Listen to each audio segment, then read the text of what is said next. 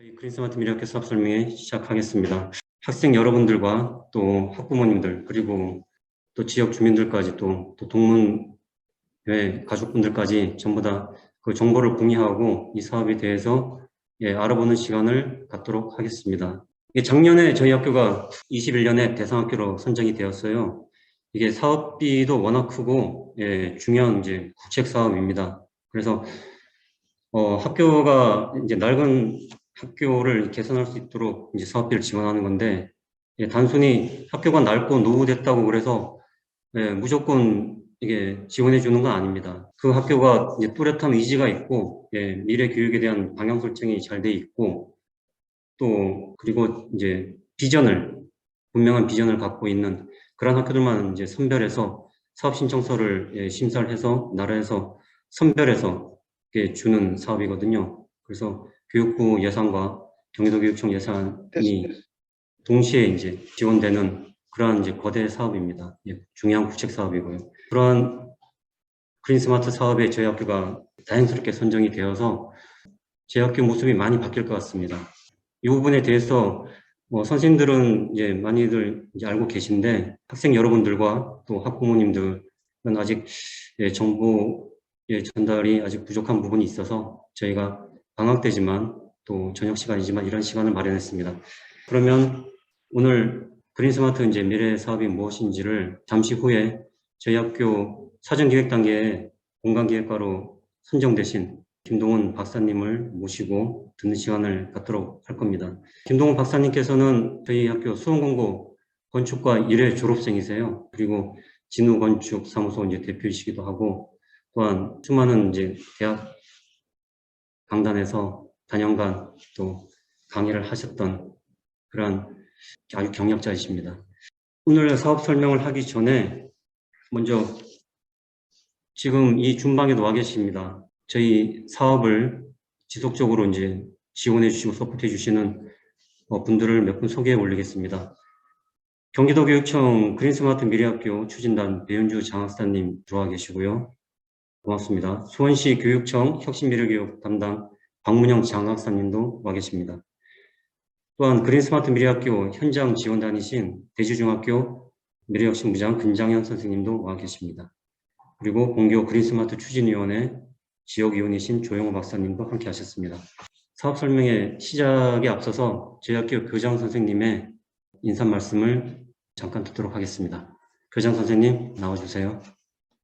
네, 안녕하세요. 교장 이기홍입니다. 이 자리에 이렇게 참석해 주신 학부모님과 학생, 그리고 교직원, 우리 수원공고 동문가족과 지역 주민 여러분들까지 함께 해주신 모든 분들께 깊은 감사를 드립니다. 자, 우리 수원공고는 2021년에 개교 50주년을 맞이하였죠. 개교 50주년을 축하하기라도 하듯이 크나큰 선물 2가지를 받았습니다.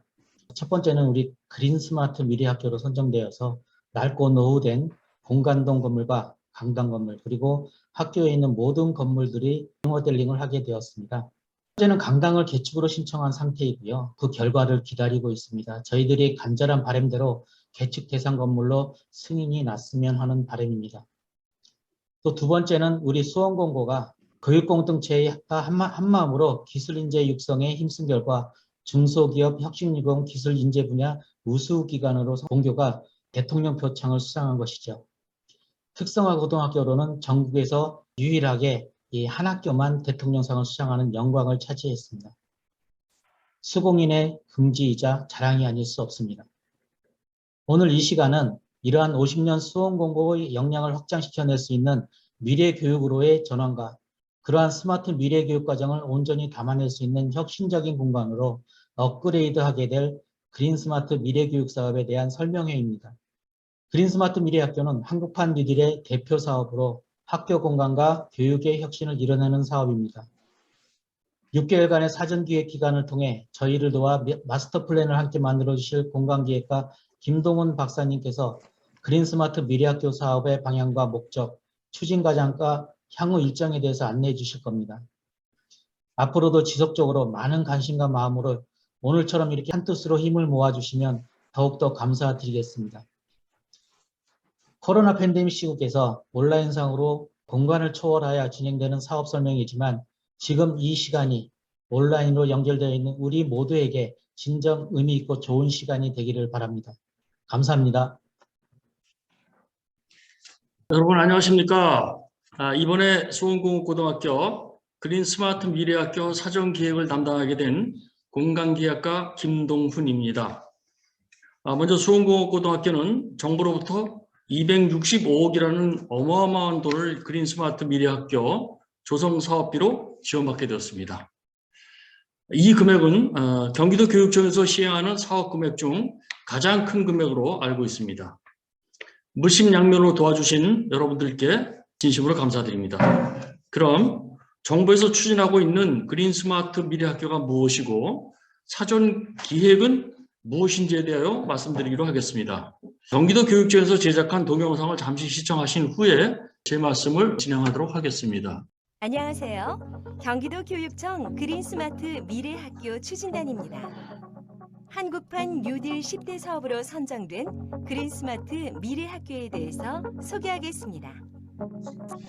그린스마트 미래학교는 2021년부터 5년 동안 40년 이상 오래된 학교를 대상으로 공간 재구조화, 그린학교, 스마트 교실, 학교 시설 복합화 4가지 주제로 추진합니다. 공간 재구조화는 규격화된 특정 공간에서 열린 광장으로 나아가는 것입니다. 여기는 대지중학교입니다. 공간 재구조화의 목적에 맞게 다양한 목적에 맞는 교실을 만들고 참여와 소통, 휴식을 할 수 있는 공간을 조성했습니다.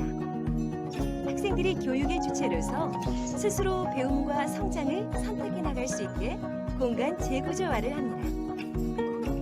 그린학교는 저탄소 제로에너지를 지향합니다. 소명여자고등학교는 교내의 아름다운 녹색 부지 확대를 통해 자연 친화적 공감대를 만들고, 다산고등학교에서는 태양광 발전 시스템을 도입하여 친환경 에너지 활용을 높이고 있습니다.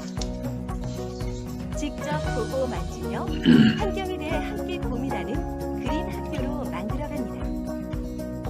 스마트 교실은 교실 안과 밖 모든 공간에서 교육이 이루어집니다. 대진고등학교에서는 무선 인터넷망 구축과 스마트 기기 보급, 소규모 회의 공간 등을 조성하고 있습니다. 이렇게 다양한 온오프라인 병행 수업이 가능한 스마트 교실로 만들어갑니다. 학교 시설 복합화는 학생과 학부모, 지역 주민이 함께 사용하는 공간을 추구합니다. 동탄에 있는 강원 이은커에는 공연, 요리, 휴식 배움 등 다양한 활동을 위한 시설과 프로그램을 운영하고 있습니다. 학교 시설 복합화를 통해 온 마을이 한 아이를 길러내는 학교로 만들어갑니다. 경기 그린스마트 미래학교는 사용자가 직접 만듭니다. 교사, 학생, 학부모가 학교 철학과 비전을 공유하고 설계에 직접 참여하여 사용자 중심의 미래학교를 만들어갑니다. 앞서 보신 것처럼 열린 광장으로의 공간 변화, 저탄소 친환경 미래학교, 온오프의 다양한 교육, 시설의 다기능 복합화, 지역사회와 함께하는 학교를 모두 반영하여 미래학교의 모습으로 만들어질 것입니다. 더불어 삶을 담은 학교, 내일을 여는 경기 그린스마트 미래학교 사업, 경기도 교육청이 함께합니다. 지금까지 그 경기도 교육청에서 만든 안내 동영상을 여러분들께서 보셨는데요. 사실 이 동영상만 봐도 그린스마트 미래학교가 무엇인지에 대해서 여러분들이 이미 이해를 많이 하셨을 거라고 생각됩니다. 이 동영상 참 잘 만든 것 같습니다.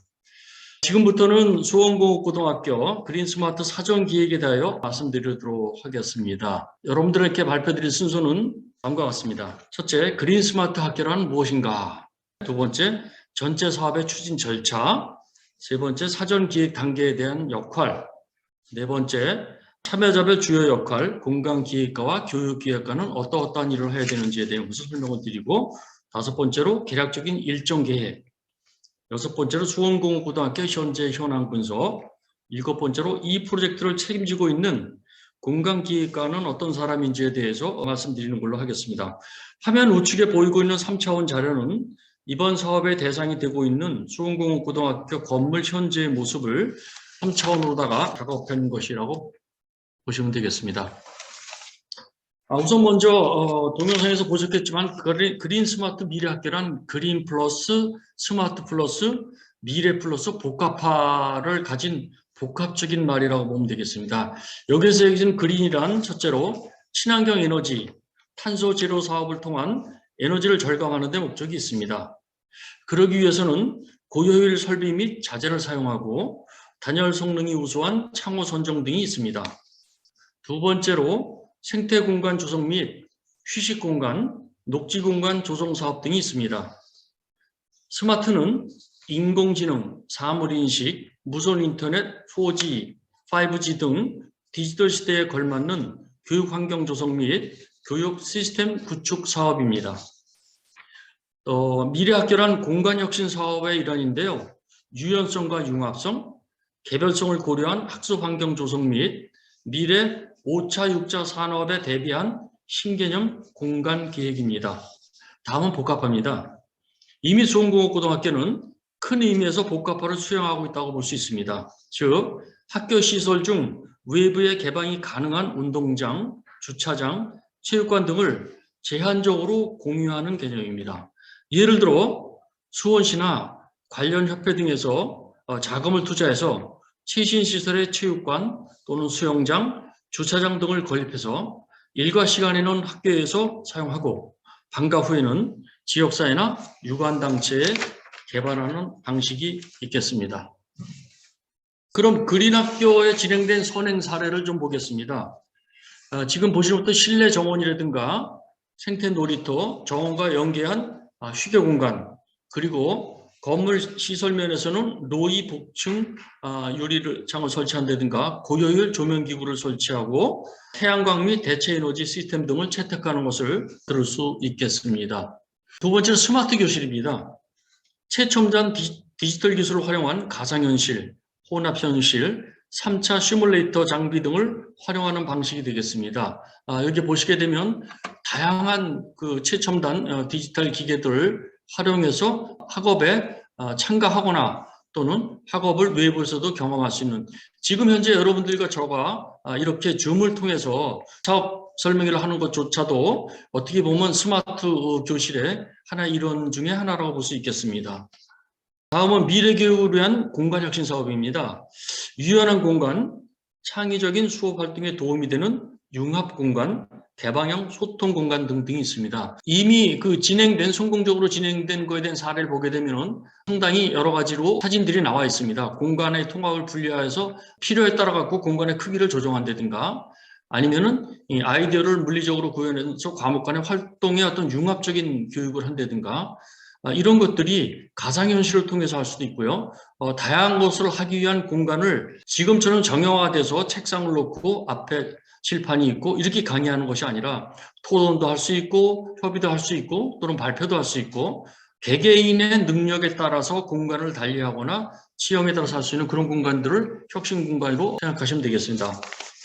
다음은 이제 복합화 시설에 대한 거를 간략하게 예를 들어 보겠는데요. 예를 들어서 복합화에는 그런 것들이 있습니다.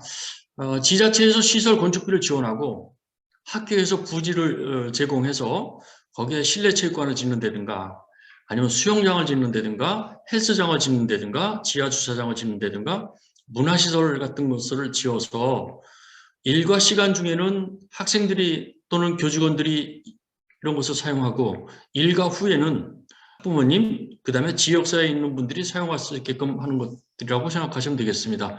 한 가지 더 예를 들면 체육과 현대화 개방시설의 예를 보겠습니다.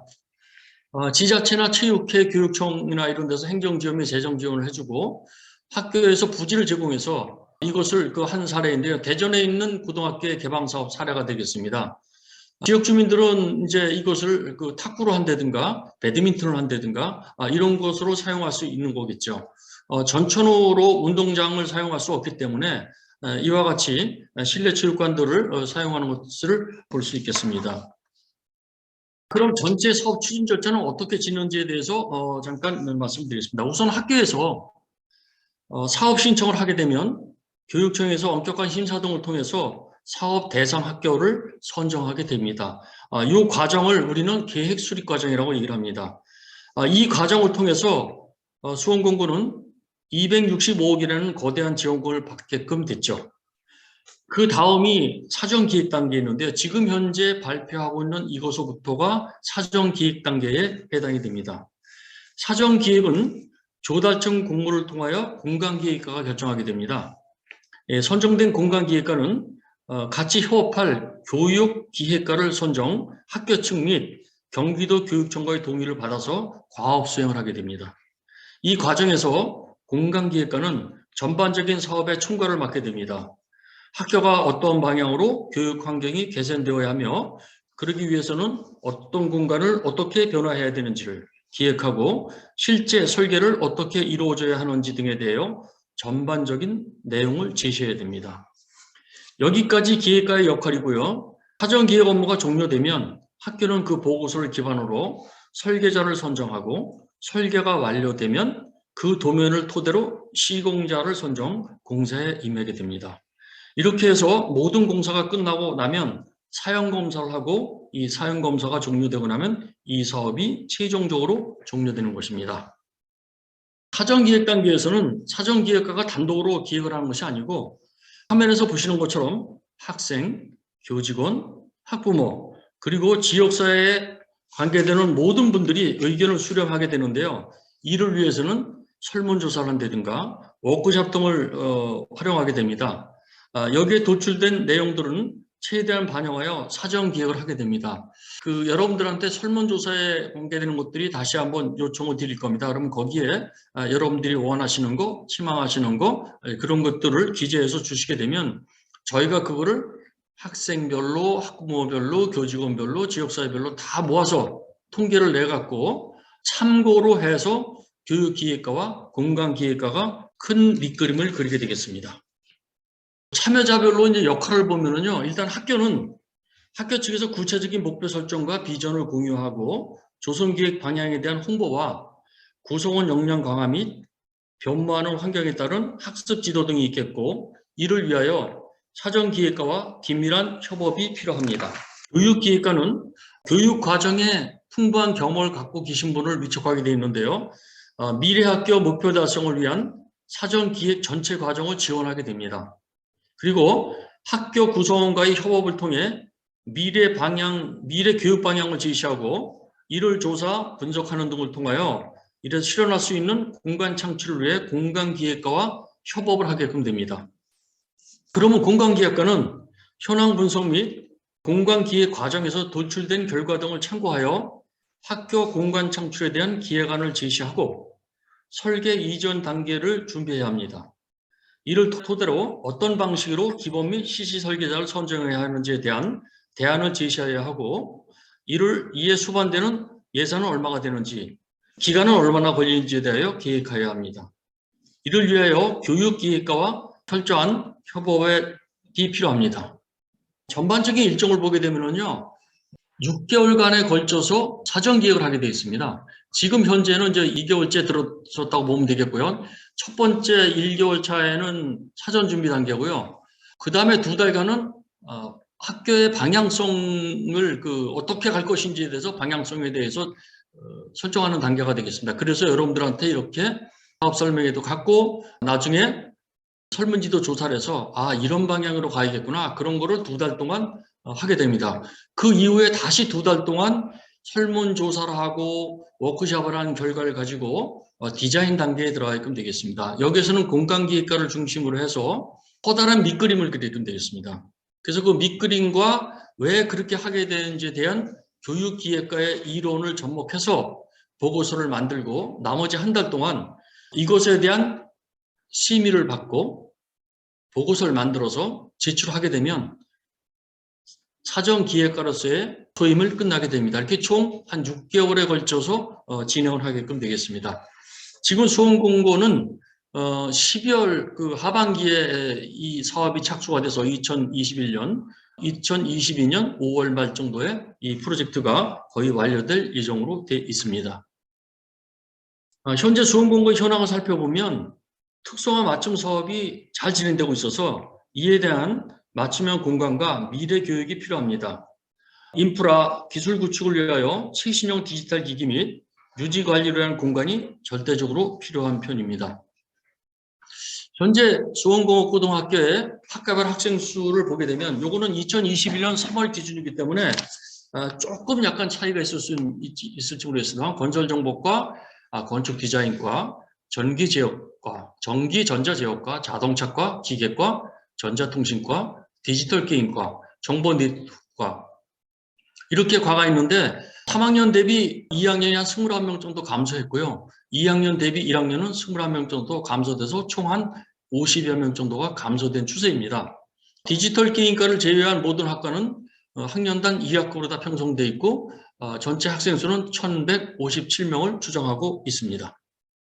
그 유효 공간을 좀 특별히 보게 되면요. 운동장과 농구장 그리고 아래에 또 다른 작은 운동장이 이렇게 있는데요. 지금 현재 운동장은 뭐 그대로 운동장을 써야 되는데 약 9,000제곱미터 정도 되고요. 그 옆에는 농구장이 약 4,000제곱미터 정도의 공간이 있습니다. 대운동장 아래에 작은 운동장으로 쓸 수 있는 공간이 또한 한 4,000제곱미터 정도가 있겠습니다.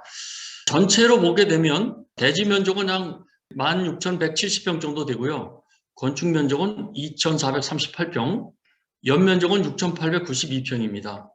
건폐율은 현재 15.07%로 법적 제한 한도인 60%를 만족하고 있고요. 용적률은 42.62%로 법정 한도인 200%에 충분히 만족하고 있는 상황이라 조금 더 증축을 한다든가 개축을 한다든가 여러 가지 방향에 아직까지 자유로운 그 컨디션을 가지고 있습니다. 건물별 하나하나 이제 조사를 다 해봤는데요. 여기 보시게 되면 건물마다 연면적하고 건축 면적하고 층수 같은 것들을 전부 적어놨습니다. 이러한 건물들을 앞으로 여러분들이 주시는 고견을 가지고 공간을 어떻게 변화시킬 것인지 건물은 어떻게 할 것인지에 대해서 구체적으로 기본 기획을 하게 되겠는데요. 첫째 제일 중요한 것은 여러분들이 교육기획을 하는 교육기획과의 설문조사와 공간기획과가 하는 설문조사를 같이 한꺼번에 하게 될 것 같은데요.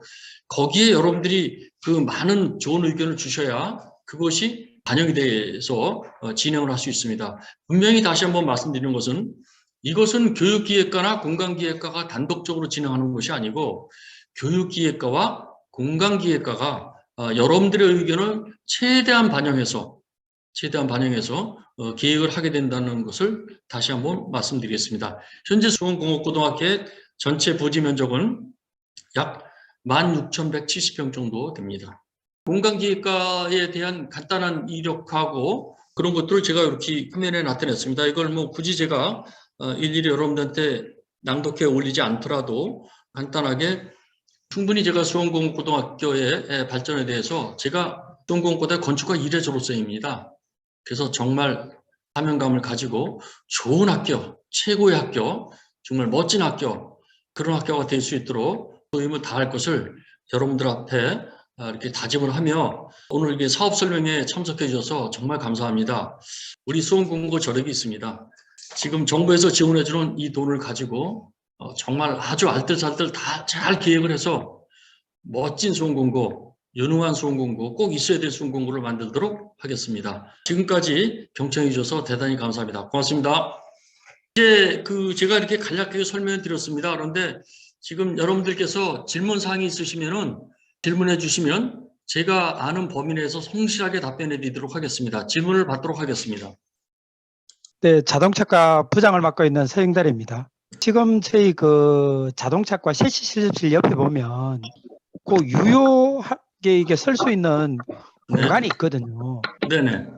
그런 공간에 어떻게 보면 우리 자동차과의 어떻게 성능 시험장이나 이런 것들을 이렇게 건설할 수도 왜냐하면 지금 현재 네. 우리 이 수원 주위를 보면 수원 주위가 한편으로는 중고차 매매 시험 이런 곳이 지금 엄청 발전을 하고 있는 그런 단계거든요. 네, 맞습니다. 네. 그렇기 때문에 한편으로는 저희 자동차과에도 이런 성능 시험 할 수 있는 공간이 있었으면 네네. 해서 제가 이야기를 드립니다. 왜냐하면 이게 또 성능 네네. 시험을 하면 좀 소리도 많이 나거든요. 악셀레터를 밟고 네네. 네. 배기가스도 테스트를 해야 되고 이런 부분들이 있다 보니까 네. 제가 보는 입장에서는 그 우리 본관이랑 운동장을 지나서 그 네. 아래쪽에 테니스장 피동. 쪽에 이렇게 있기 때문에 네. 피동이 있죠. 이 네. 소음도 방해를 안 주고 네네. 괜찮은 것 같은 그런 느낌이 들어서 아마 지금 말씀하신 것들은 이제 교육기획과분하고 저희하고 이제 설문조사를 하게 돼 있습니다. 네네. 설문조사에 이제 기재를 해주시면 저희가 그 가능성 여부에 대해서 지금은 뭐 된다 안 된다 이렇게 말씀드리는 것보다는 최대한대로다가 했으면 좋겠고 우리 학교에서 성능 시험을 해서 어떤 인증을 해준다면 사실은 공신력도 있지 않습니까? 교육기관에서 해주니까 여러 가지로 좋을 것 같고요. 큰 틀로는 아까도 이제 교장 선생님, 교감 선생님 모시고 실습실에 대한 현대화에 대해서는 절대적으로 필요하다. 그런데 이게 뭐 기계라든가 자동차라든가 이렇게 좀 소음, 분진, 진동이 나는 그런 그 실습실과 뭐 전기, 전자, 통신 이와 같이 클린이나 조용하게 해야 되는 그러한 실습실들을 구분을 해서 위치나 동을 구분해 갖고 현대화로 다 해야 된다는 것에 대해서는 서로 공감을 하셨고요. 아마 그 부분이 개선이 되지 않을까 그렇게 생각합니다. 학교의 주인은 역시 학생들 아니겠습니까? 학생 여러분들의 좀 관심과 참여를 좀 부탁드리겠습니다. 그럼 박사님 저 질문이 있습니다. 지금 학교에 쉼터가 말할 게 정자가 자그마하게 하나 있고요. 그리고 네? 농구장 쪽에 벤치가 한 4개 정도 있는 걸로 아는데 그리고 야음당 그쪽 앉을 수 있는 자리가 몇 개 마련되어 있긴 합니다만 학생들이 이렇게 좀 자유로운 분위기로 쉴 수 있는 공간이 좀 많이 부족하다고 생각돼요. 그래서 좀 쉴 수 있는 공간을 좀 만들어 주시면 좋을 것 같아요. 네, 굉장히 좋은 지적을 해주셨습니다. 저희 이제 그린 스마트 미래 학교의 첫 번째가 그린이지 않습니까? 그린에서는 이제 친환경 녹지 공간, 그 다음에 무슨 학생들을 위한 쉼터라든가 다양한 것들이 같이 포함되어 있기 때문에 당연히 지금 말씀하신 그런 부분들을 이번 사전 기획하는데 반영할 수 있도록 하겠습니다. 좋은 지적 정말 감사합니다. 교수님 혹시 질문해도 될까요? 다름이 아니라 이번에 이제 그린 스마트 미래학교에 대해서 좀 들어보니 학교시설 복합화에 대해서는 이제 지자체에서 어느 정도 지원비나 이런 것들을 받아서 주민들이 모두 사용할 수 있는 그런 시설을 만든다고 제가 들었습니다. 그런 경우에는 이제 지자체에서 어느 정도 관리 차원의 시스템이 적용이 어떻게 되는 건지 좀 궁금합니다. 일단은 이제 복합화는 우리 학교에서 하고자 해서 되는 건 아니고요. 복합화를 하는데 목적이나 사용자가 누구인지에 따라 좀 달라지겠습니다. 예를 들어서 그것이 수원 시민으로서 인근 지역 주민들을 중심으로 해서 이용한다고 했을 경우는 수원시와 같은 지자체에서 그 인근 지역 주민들의 바람을 담아서 수영장을 짓는다든가 체육관을 짓는다든가 이렇게 할 수 있겠죠. 학교 수업 시간에는 학생들이 사용하고 일과 시간 이후에는 주민들이 사용하고 그런데 이제 이런 시설들이 짓는 것만이 중요한 게 아니라 유지 관리에 대한 문제가 있기 때문에 그런 문제들은 이제 복합화를 할 적에 사전에 지자체가 됐든 해당되는 지자체 또는 단체와 협의를 해서 앞으로 향후에 유지 관리는 어떻게 할 것이고 관리 주체는 누가 될 것이냐, 그 다음에 어떻게 사용할 것이냐, 유료로 할 것이냐, 무료로 할 것이냐 등등에 대해서는 나중에 경영적인 측면에서 다시 한번 이야기가 이루어져야 될 것 같다고요. 지금 우리한테 주어진 265억이라는 돈은 복합화에 해당되는 돈이 포함되어 있지는 않습니다. 그럼 그거 이외에 이제 그린 스마트 미래 학교에 대해서 주도적으로 다 쓰게 되고요. 이제 복합화를 하기 위해서는 그 필요한 주체가 있어야 됩니다.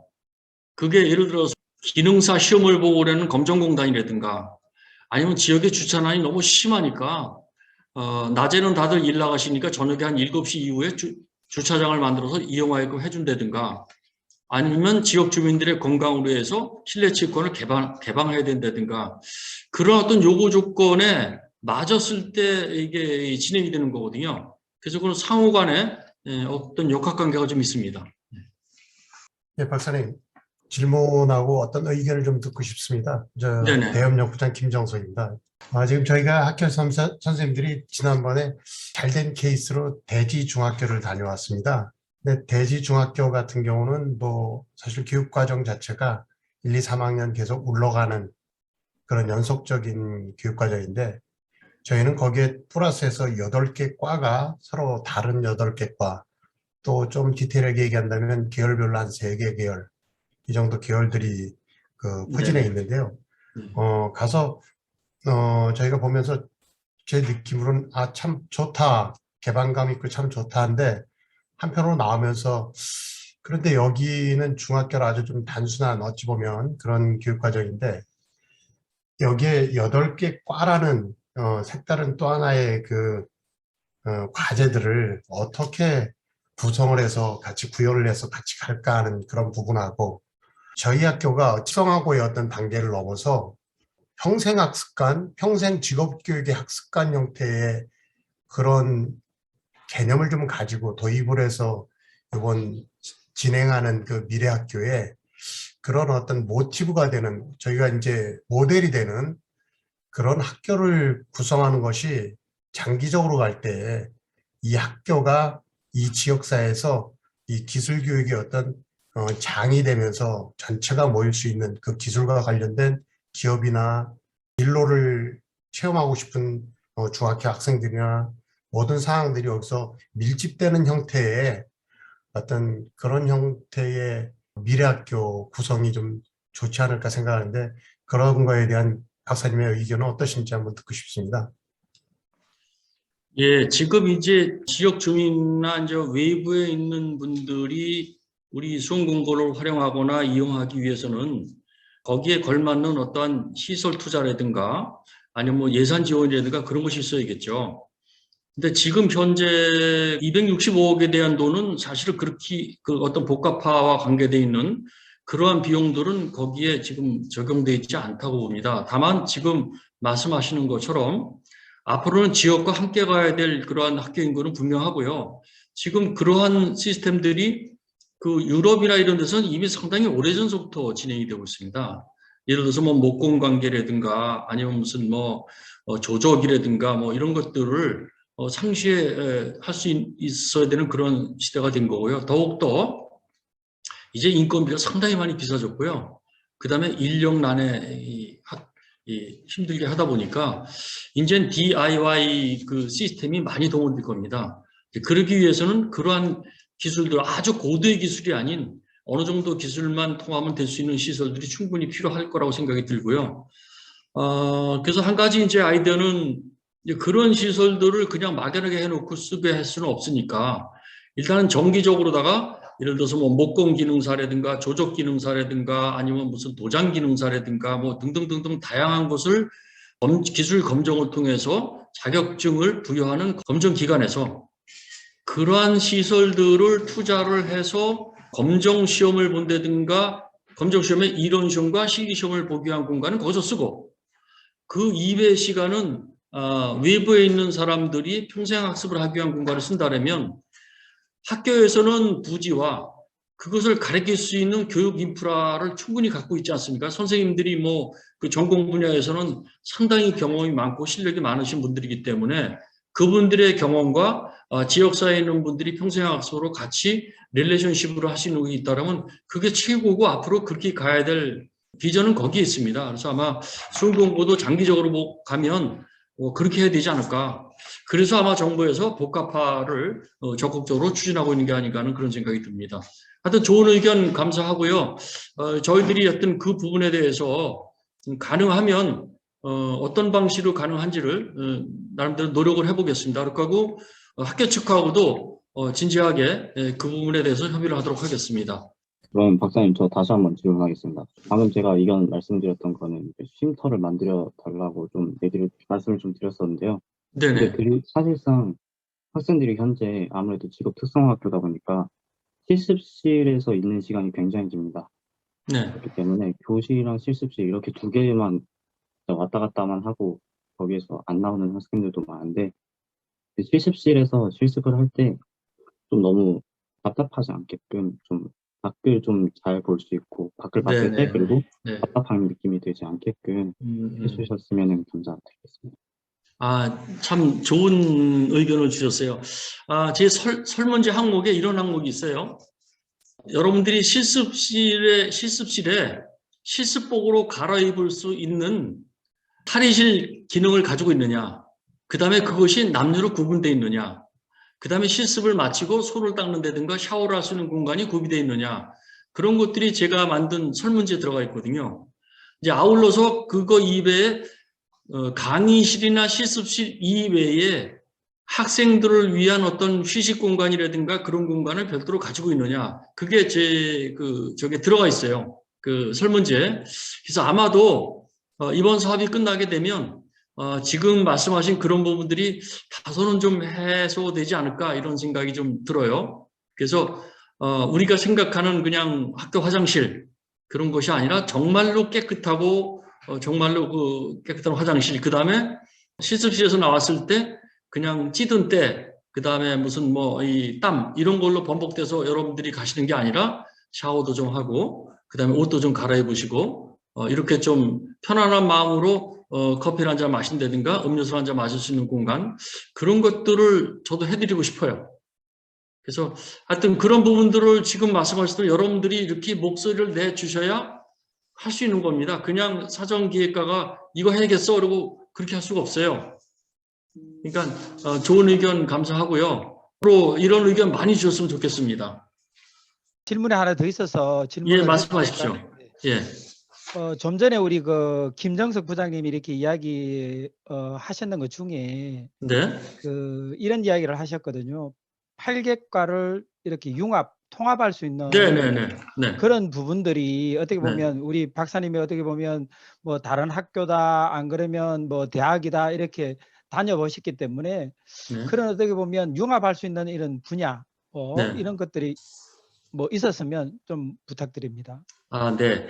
그것도 이제 제가 이번에 작성한 설문지에 나와 있는데 뭐냐면, 자동차과가 지금까지는 내연기관으로 기계과 중심의 그 학과였었다고 가정한다면, 앞으로다가는 분명히 이것은 배터리로 가는 차나 수소전지로 가는 차로다가 바뀌다 보니 전기, 전자, 통신, 제어 쪽하고 이 컬래버레이션이 되지 않겠느냐. 오히려 기계 쪽은 이제 디테일하게 가지 않을 수도 있다는 그런 얘기가 들어서, 반대로 교육자 여러분들한테 만약에 통합을 한다면 무슨 과가 통합이 됐으면 좋겠습니까라는 내용을 제가 설문지에 지금 넣어놨습니다. 지금 지적을 아주 잘 해주셨는데요. 자동차과 같은 경우가 그렇지 않습니까? 앞으로다가 사물 인식을 해서 자기 혼자서 이렇게 자율주행도 해야 되고, 또 그 다음에 이제 내연기관이나 배터리로 가야 되고, 그렇게 하다 보면 전기, 전자, 통신, 그 다음에 기계, 자동차, 이게 이제 같이 제어되고 같이 가는 그런 통합이 돼야 될 것 같아서, 아마 이번에 여러분들이 그런 의견을 자동차과 학생들이나 전기, 전자, 통신과 관련된 학생들이 적극적으로 좀 의견 개진을 해주면 그거 될 것 같은데요. 네. 저는 뭔가 하면 저희 자동차 쪽에서 어떻게 보면 무인기 있잖아요. 정비 쪽을 이렇게 한번 맡고 싶거든요. 다시 말해서 지금 저희가 우리 건설정보과에서 하고 있는 무인기 운용이라는 게 있습니다. 네네. 드론 말씀하시는 거죠? 네, 맞습니다. 그 드론을 어떻게 보면 지형을 측정을 해서 어떻게 보면 뭐 어느 정도의 용량이나 뭐 이런 게 드는 것까지도 파악이 가능하다 그러더라고요. 네, 가능합니다. 네. 네, 그런 것들을 만일 뭐 건설이나 이런 쪽에서 사용을 한다 그러면 우리 자동차 쪽에서는 그걸 정비할 수 있는 부분, 뭐 예를 들어서 기계과 같은 경우에는 그런 어떤 프로펠러를 깎아내는, 그렇죠. 시작할 수 있는 부분들, 그다음에 뭐 건축 디자인 같은 경우는 어떻게 보면 디자인을 할 수 있는 부분들. 대단히 좋은 말씀하셨고요. 그러자 그와 유사한 얘기들을 이제 사전에 우리 김옥 부장님하고도 그런 얘기 좀 논했고, 교장 선생님이나 교관 선생님하고도 논했었는데요. 그게 꼭 필요합니다. 그래서 아마 이제 거기에 이제 스마트에 해당되는 것 중에 뭐가 있냐면은 3D 프린터나, 근데 3D 프린터가 소형 조그만 게 아니라 산업화로 쓸 수 있는 그런 것 정도는 되겠죠. 3D 프린터라든가 아니면 레이저 커팅기라든가 아니면은 뭐 그거 이외에도 이제 3D로 제작할 수 있는 다양한 머신들도 이제 좀 있었으면 좋겠고, 지금 말씀하신 무인기 정비뿐만 아니라 요새 이제 자동차가 길로만 다니는 게 아니라 하늘로도 다닌다 그러잖아요. 그래서 이제 드론 플러스 자동차 이런 것들에 대한 것들도 뭐 우리 수원공고에서 충분히 융합을 해서 한다 그러면은 가능하지 않을까. 그런 문제고, 지금 저는 자동차가 자율주행하는 거에 대해서 자율주행을 주도적으로 치고 나간 공업계 고등학교는 없는 걸로 알고 있습니다. 현재까지. 그런데 지금 어떻게 보면 다른 타 학교 이렇게 보면 그 네. 자율 자동차를 그 코딩하는 것까지는 하는 그런 실습실이 있어요. 네네네. 그래서 그래서 이제 저희도 저희는 뭐 코딩까지만 하는 게 아니라, 그거를 사실은 이 자율주행 자동차가 이제 배터리로 간다 그랬을 때는 아주 엄청난 플랜트가 필요한 게 아니기 때문에, 사실 저희가 그 소기업으로도 이것을 만들어서 제작하고 정비하고 관리하고 심지어 필요하면 그걸 컨트롤할 수 있는 시설들도 8개 과가 있으니까 잘하면 되지 않을까, 이제 그런 막연한 생각을 가지고 있는데, 그런 내용들도 저희가 분명히 설문지에도 이제 담았고, 이제 선생님들하고의 어떤 워크숍이나 이런 걸 통해서 다시 한번 구체화될 수 있을 때 다시 한번 의견을 주시면 저희가 그 참고를 해서, 이제 그거는 공간 창출에 대한 문제니까요. 저는 공간 창출에 대한 문제하고, 그다음에 스마트 사업에는 실제 거기에 들어가는 기자재 구입도 그 예산에 들어가 있습니다. 그러니까 그런 것들을 유효적절하게 배분해서 할 수 있도록 한번 노력해 보겠습니다. 저희가 이제 특성화 고등학교다 보니까 좀 현실적인 문제에 좀 부딪혀야 될 것 같은 느낌이 들거든요. 네, 저희가 이제 이 기술이라는 거를 갖고 기술 교육을 한다고 하지만, 네, 사실 그 분야나 깊이가 좀 서로 좀 달라야 될 것 같아요. 그래서 저희는 이제 중학교 아이들을 모집하기 위한 어떤 중학교 수준에 맞는 기술 수준들, 그리고 이 기술 수준들이 언제든지 아이들이 와서 접촉해서 그거를 익혀가고 거기에 흥미를 느끼면서 자신의 진로를 찾아갈 수 있도록 하는 부분과, 또 우리가 여기서 배출된 인원이 진짜 현장에 가서 직접 그 기술을 가지고 자기의 생업을 가져갈 수 있는 그런 부분, 그리고 우리 지역사회에 어떤 그 취미나 이런 다양하게 이렇게 할 수 있는 부분에 이거 한 3가지 단계의 어떤 그 기술에 똑같은 기술인데도 불구하고 이 3가지 정도의 단계를 가져가면은 아마 여기가 아까 제가 처음에 말씀드렸다시피 그 기술교육, 직업교육에 대한 어떤 여기 평생학습관의 역할을 하지 않을까 싶은 생각이 드는데, 박사님 생각은 어떠신지 좀 한번 듣고 싶습니다. 예, 여러분들 아마 웬만한 분들은 관심이 조금 있었다면 어린이 건축학교 그런 말씀 가끔 들어봤을 거예요. 그래서 뭐 초등학생들이나 중학생들 중심으로 해서 건축가들이 나와서 뭐 이렇게 간단한 재료를 가지고 골판질 갖고 집을 만들어 본다든가 이렇게 함으로써 구조적인 기본적인 거에 대한 교육, 그다음에 건축에 대한 교육을 해서 예비 건축가로서 클 수 있도록 하는 그런 시스템들을 많이 하고 있습니다. 그런 것처럼 이게 이제 취미로 시작을 해서 이것을 이해할 수 있는 방법이 제일 좋은 방법이거든요. 그래서 그런 분야별로다가 이제 다양하게 뭐 전기면 전기, 뭐 통신이면 통신, 자동차면 자동차 이렇게 해서 쭉 하다 보면, 예를 들어서 글쎄요, 앞으로다가 여러 가지 분야에 있어서 여기까지는 일반인들이 취미로 할 수 있는 것 같고 손으로다가 할 수 있는 부분이고, 여기서부터는 전문가의 손을 빌려야 된다. 그런 것들은 아마 여기 지도하시고 계신 선생님께서는 분야별로다가 어떤 감이 있으실 거예요. 전기전자통신에서는 뭐, 자동차에서는 뭐, 건축에서는 뭐 이런 것들이 있을 거예요.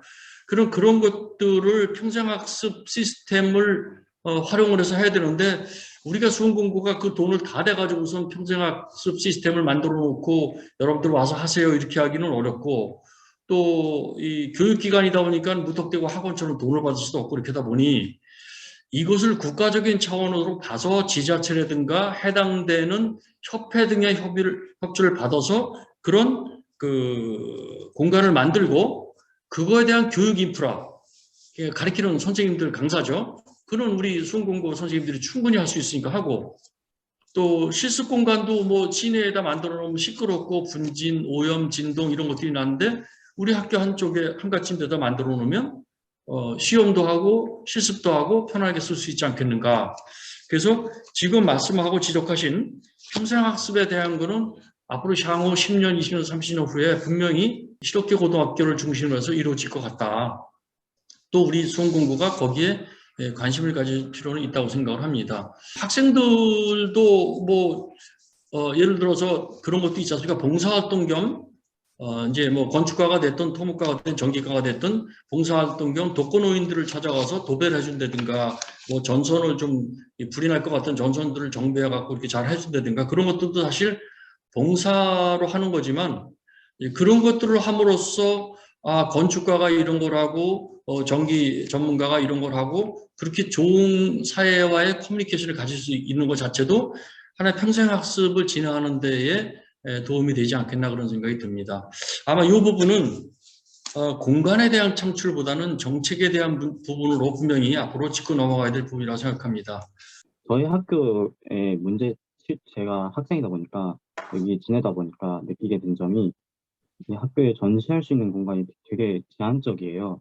전시 공간이요? 네, 전시 공간이 예를 들어서 예. 건축과에서 뭔가 작품을 모형을 만들어서 아니면 예. 뭐 팜플렛을 만들어서 그런 것을 제작한다 하더라도 네. 저희가 전시할 수 있는 공간이 네. 그 도로 옆이나 아니면은 네네. 그 정도밖에 존재하지 않아요. 그래서 학생들이 좀 더 다른 과들도 마찬가지고 저희 과도 마찬가지지만 좀 더 전시할 수 있는 공간을 좀 더 꾸려 놓으면은 다른 외부 사람들이 와서 그 전시된 그런 작품들을 볼 수도 있고 아니면 학생들끼리 와, 저 학생은 되게 잘했다. 이러면서 나도 저렇게 해야지라는 느낌을 받을 수 있도록 이게 전시 공간을 좀 제대로 마련을 해주셨으면 감사하겠습니다. 굉장히 좋은 지적을 해주셨어요. 보통 이제 전시는 상시 전시하고 기획 전시로 나눌 수가 있습니다. 그래서 이제 그 상시 전시 같은 경우는 꼭 건축가가 아니어도 다른 과도 어떤 졸업을 하잖아요. 어떤 작품 같은 걸 하지 않겠습니까? 그럼 그것을 그 해에 쭉 해서 복도에다가 쭉 전시를 한다든가 물론 그런 복도에도 그만 전시할 수 있는 공간과 조명이나 그런 갈고리를 좀 해놔야겠죠. 복도에 하는 경우가 있고 기획 전시라고 하는 건 졸업 작품 전시회라든가 아니면 무슨 뭐 큰 행사에서 입상을 하거나 그런 것들을 전시할 경우는 통상적으로 때마다 약간의 차이는 있겠습니다. 대개 강당을 이용합니다. 그런데 우리 수원공고는 이제 강당을 제가 이제 현황 파악을 해서 현장을 가보니까 상당히 많이 노후화돼 있고 또 거기다가 전시하고 싶은 마음이 안 들 것 같아요. 그래서 뭐 여러분들 의견을 따르겠지만 아마도 강당 정도는 좀 그 산뜻하게 뭐 다시 짓든가 뭐 환경을 바꾸든가 어떻게 해서 거기서 여러분들이 전시도 하고 그 다음에 어떤 작품 발표회도 하고 필요하면 여러분들 무슨 뭐 거기서 그 어떤 춤 발표회도 할 수도 있고 뭐 여러 가지 다양하게 다목적으로 체육관 입구로 운동만 하는 데가 아니라 그 공간을 실내에서 대공간을 가지고 다양하게 뭘 할 수 있고 필요하면 저는 사실 요새 월드컵 그 쇼트트랙 이런 걸 보면서 뭐 학생들이 모여가지고 거기서 그렇게 큰 빔 프로젝트로다가 쏘면서 같이 뭐 이렇게 응원도 하고 서로 격려도 하고 그럴 수도 있을 것 같아요. 한때는 우리가 월드컵을 하면서 붉은 악마라 가지고서 뭐 길거리에 나가서도 막 응원하고 그러던 적이 있지 않습니까? 물론 요새 코로나 때문에 약간의 문제가 있긴 있겠습니다만 다양하게 이용할 수 있고 건축 전시 공간은 체육관이나 이런 것들을 그 새로 기획하게 되면 거기에 충분히 그 여러분들이 전시할 수 있는 그러한 강당 개념에 무언가를 좀 집어넣고 싶어요. 물론 이거는 이제 저는 공간 기획은 기본 기획을 하는 거기 때문에 구체적인 공간까지는 제시 못하지만 큰 틀에서 체육관과 강당은 좀 다른 개념이거든요. 그래서 이제 체육관과 강당에 대해서 체육관의 높이를 가지고 좀 뭔가를 큰 공간을 주어서 전시할 수 있는 그 다음에 상시 전시는 복도나 그런 부분들을 조금 좀 넓게 만들어서 그 공간에 이걸 전시할 수 있도록 지금 현재 수원공고가 지어진 교실들의 사이즈를 보게 되면은요. 전에 한 60명, 50명에서 60명 정도의 학생들이 책상 놓고 앞에 칠판 놓고 전형적인 수업을 하던 공간의 사이즈를 그냥 가지고 있어요. 근데 여러분들 지금 수업 제가 알아보니까 25명 내외에서 수업을 하신다면요. 그럼 공간이 상당히 줄어들어도 되거든요. 근데 이거를 가로로 줄일 게 아니라 복도폭을 늘리는 방법이 있거든요.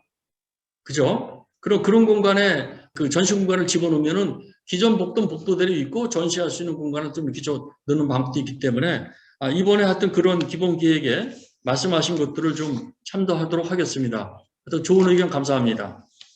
지금 이 시간 만에 의견을 게재하는 게 오늘이 끝이 아니고요. 여러분들이 여러 가지 다양한 방식을 통해서 저한테 또는 김욱 부장선생님한테 그런 내용들을 전달해 주시면 저희가 기본 그 기획을 할 적에 사전 기획을 할 적에 가급적 최대한 반영할 수 있도록 그렇게 하겠습니다. 특히 우리 학생 여러분들 적극적으로 참여해 주셔야 됩니다. 여러분들의 공간이고 여러분들이 후배들이 써야 될 공간입니다. 또 그렇게 해야 저도 또 이 수험공고 졸업생으로서 조금이라도 이력을 담당했다는 보람도 느낄 수 있을 것 같고요. 하여튼 늦은 시간까지 참여해 주신 수험공고 교직원 여러분, 그리고 학생 여러분, 그리고 이제 학부모님, 그 다음에 지역 주민 여러분께 정말 진심으로 감사를 드립니다. 이후에라도 좋은 의견이 있으시면 언제든지 말씀해 주시면, 그때 그 언제든지가 한 2달 정도예요. 말씀해 주시면 제가 기획하는데 큰 도움이 될 것 같습니다. 요새 코로나 전국에 굉장히 힘들고 어려운 시국입니다. 여러분들 건강 조심하시고 앞으로 하시는 일 잘 될 수 있도록 기원 드리겠습니다. 그리고 우리 동계올림픽 금메달 많이 땄으면 좋겠습니다. 여러분 감사합니다. 질문은 계속 다른 경로를 통해서 지속적으로 수렴하도록 하겠습니다. 그리고 학생들이 가장 원했던 건 저희가 12월 말에 학생 아이디어 공모전을 했을 때도 가장 많이 나왔던 거는 휴게 공간, 쉼터 공간이었죠. 예, 월등했습니다. 아까 학생도 질문을 하고 건의도 했지만 저희가 하루 종일 실습하는 실습장 옆에 이제 여러분들이 이제 쉴 수 있는 휴게 공간을 이제 조성할 계획이고요. 그리고 더 나아가서 공간 창조관과 이제 청량관, 성실관 모든 학생들이 만나고 어우를 수 있는 만남의 장, 그리고 학생 휴게 공간인 학생회관을 지금 강당이 이제 2월 달에 개축이 결정 나오게 되면 저희가 이제 기대하고 있는데요. 그렇게 되면 그 강당을 이제 학생회관으로 여러분들의 휴게 공간이자 이제 문화센터로 이제 바꿔낼 계획입니다. 그래서 이제 강당 건물을 통해서 이제 많은 것들을 이제 해소하려고 해요. 지금 도서관도 지금 공간에 있는데 그래서 사용하기가 많이 어렵고 한데 도서관도 이제 강당으로 이전을 시킬 예정이고요. 그리고 지금 현재 도서관 크기보다 훨씬 더 크게 더 여유 있고 또 휴게 공간까지 있고 마치 북카페처럼 그렇게 조성하려고 저희가 다른 학교 사례도 많이 보면서 연구 중에 있습니다. 그래서 많이 기대하셔도 좋을 것 같고요. 또한 매점도 저희가 가급적 강당동으로 학생회관으로 이제 이동을 시켜서 지금 있는 그런 협소하고 답답한 매점이 아니라 이제 카페처럼 분위기 있고 나가서 야외 테라스까지도 이제 연결되는 그런 멋진 공간을 조성할 계획입니다. 또한 융복합센터, 활격과를 통합할 수 있는 부분들, 그런 부분들도 지금 현재 강당 1, 2층에 있는 이제 기획과 실습실 그리고 건설정보과 실습실을 다 공간창작원으로 이제 이동시키고요. 그 공간 확보해서 저희가 이제 융복합 학습센터를 거기다 이제 조성할 계획이 있습니다. 그래서 융합 클러스터 공간도 만들어서 이제 많은 이제 가변형 프로젝트 이제 수업과 멀티미디어 스튜디오, 디지털 활용 코딩, 또 창의융합 공작소나 이런 메이커 스페이스까지 저희가 조성을 하려고 계획 중입니다. 그러니 좀 기대해 주셔도 좋고요. 물론 거기에 이제 전시 공간도 같이 마련될 거고요. 그래서 지금 저희가 가장 고대하는 이제 강당이 이제 개축이 진행되면 이 공간이 여러분들이 가장 바라는 이제 만남의 장이자 휴식 공간, 이제 나아가서 또 이제 문화센터, 문화허브로까지 거듭날 수 있도록 저희가 잘 이제 조성을 해볼 계획입니다. 그리고 지금 저희 이 사업이 지금 40년 이상 된 이제 본관, 강당, 건물만 대상이 아니라 40년 미만이라 하더라도 이제 경기도형 이제 미래 사업으로 이제 창조관, 성실관, 성랑관, 청랑관 그리고 식당동, 음악동, 자동차 실습실까지 저희가 다 이제 리모델링이 이제 들어갈 겁니다. 물론 이제 전면적으로 이제 바꿔내는 개축은 아니겠지만 저희가 부분적으로 이제 보완을 해나갈 것이고요. 그리고 이러한 이제 공간 이제 재구조에 앞서서 선행돼서 과연 이제 우리 학교가 물론 직업교육을 지금 뭐 수원 지역뿐만 아니라 경기도에서 선도하고 있지만 어떤 교육을 할 건지 여러분들을 위해서 지금 직업교육이 굉장히 위축되고 있는데요. 어떤 교육 이제 활로를 찾고 어떤 교육을 나갈 것인지를 그래서 미래교육 방향을 어떻게 할 건지를 이제 설정하기 위해서 그리고 또 비전을 찾기 위해서 저희가 마스터 플랜을 만들기 위해서 최대한 노력하고 지금 고민 중에 있습니다. 그리고 이제 그러한 고민들이 이제 나오면 구체화되면 그런 교육을 미래 교육을 담아낼 수 있는 이런 그 그릇이죠. 공간, 학교 공간 재구조화, 그린 스마트화 그리고 나아가서 이제 지역 사회와 연계되는 이제 복합화까지 제가 잘 이어질 수 있도록 그런 최대한의 노력을 좋은 시설을 지역 주민과 공유할 수 있도록 또 그렇게 해나갈 계획입니다. 윈스턴 처칠이 이런 말을 했더라고요. 우리가 건축을 만들지만 다시 그 건축이 우리를 만든다. 우리가 건축을 만들지만 다시 그 건축이 우리를 만든다. 잘 설계된 좋은 공간의 필요성을 아주 강력하게 얘기해 주고 있죠. 그래서 좋은 공간이 어떻게 또 좋은 사람을 거기서 생활하고 있는